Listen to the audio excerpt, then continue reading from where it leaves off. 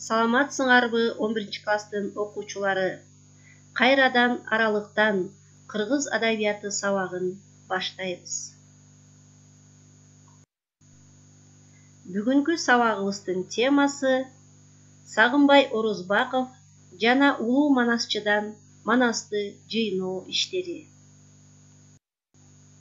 Сабагыбыздын максаты Сагынбай Орозбаковдон манасты жазып алуу иштери тууралуу маалыматка ээ болобуз.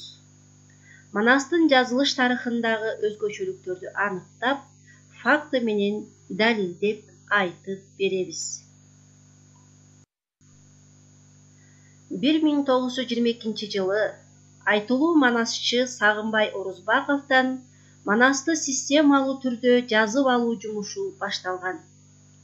Жай, күз айларында Сагынбайды өз эркине коюп, нарындын жайлоолорун кыдыртып, эл аралатып, манас айттырып, манасчынын өзүнө көнүмүш табигый шарттарда ырдатып, анан ошол кырдаалдарда эпостун саптарын кагазга түшүрүшкөн.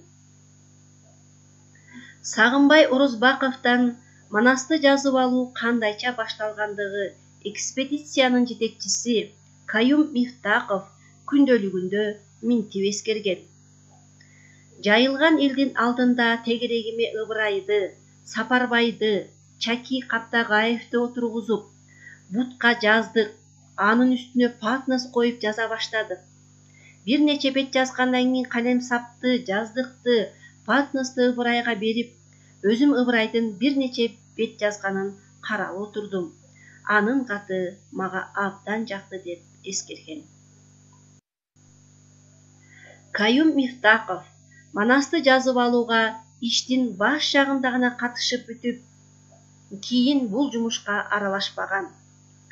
Сагынбайдан манасты жазып алууну баштаганда фольклористика илими боюнча маалыматы бар билимдүү адам болгондуктан, Каюм Мифтаков Ыбырай Абдрахмановго кантип иштөө керек экенин алдын ала түшүндүрүп, өзүнүн баалуу илимий кеңештерин берген. Каюм Мифтаковдун кыргыз элинин ооз-эки чыгармачылыгын жыйноого кошкон салымы зор.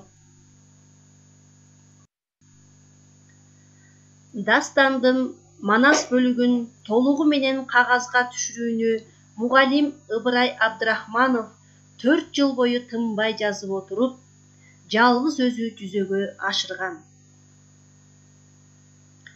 Ыбырай Абдрахманов 1924 жылы январь ат башыда манастын Алооке хан менен болгон окуясын жаздырып жатабыз. Жатканыбыз бир кичинекей там. Бир жолу түн ортосуна чейин жазып отурабыз. Сагынбай манасты жаздырганда тез айтып бербей, токтоп, ойлонуп отурар эле. Анткени өтө күчтүү болгондуктан камалып, буулугуп, токтоп жүргөндүгүн кийин билдим деп эскерген.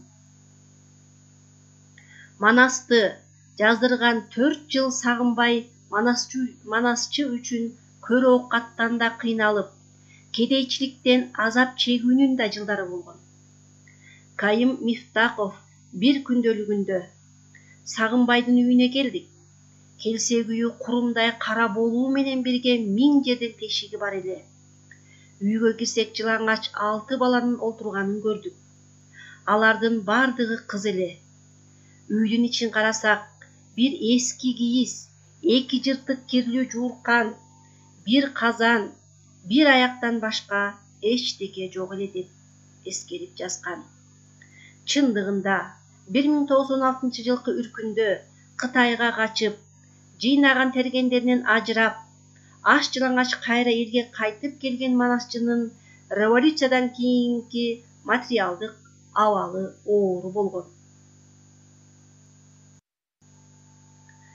Кыскасы, Сагынбайдан манас жомугун жазып алуу оңой олтоң иш болгон эмес.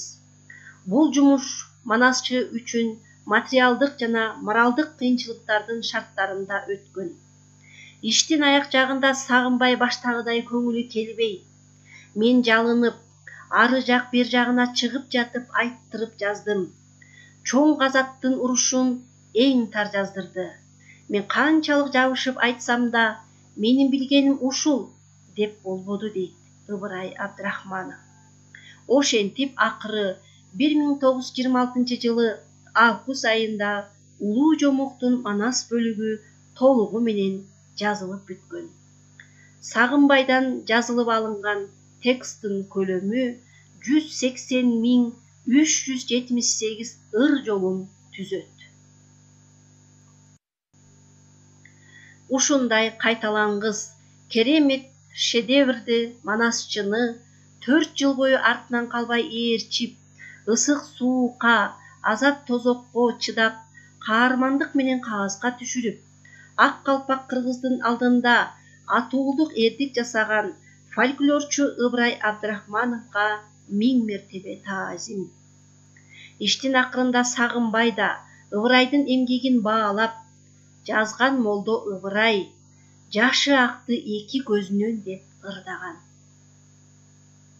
Фольклорист жана этнограф Ыбырай Абдрахмановдун башка манасчылардан да манасты жыйноодо жана эпосту бастырып чыгарууда сиңирген эмгеги зор. Өзү да манасчы болгон, өзүнүн Манас, Семетей, Сейтек вариантын жараткан. Илимий агартуу чөйрөсүндө аны өтө урматташып, ак молдо, молдоке дешчү. Анда эмесе балдар, кайтарым байланышта бериле турган суроолорго жакшылап даярдангыла. Кайтарым байлашка чейин көрүшкөнчө.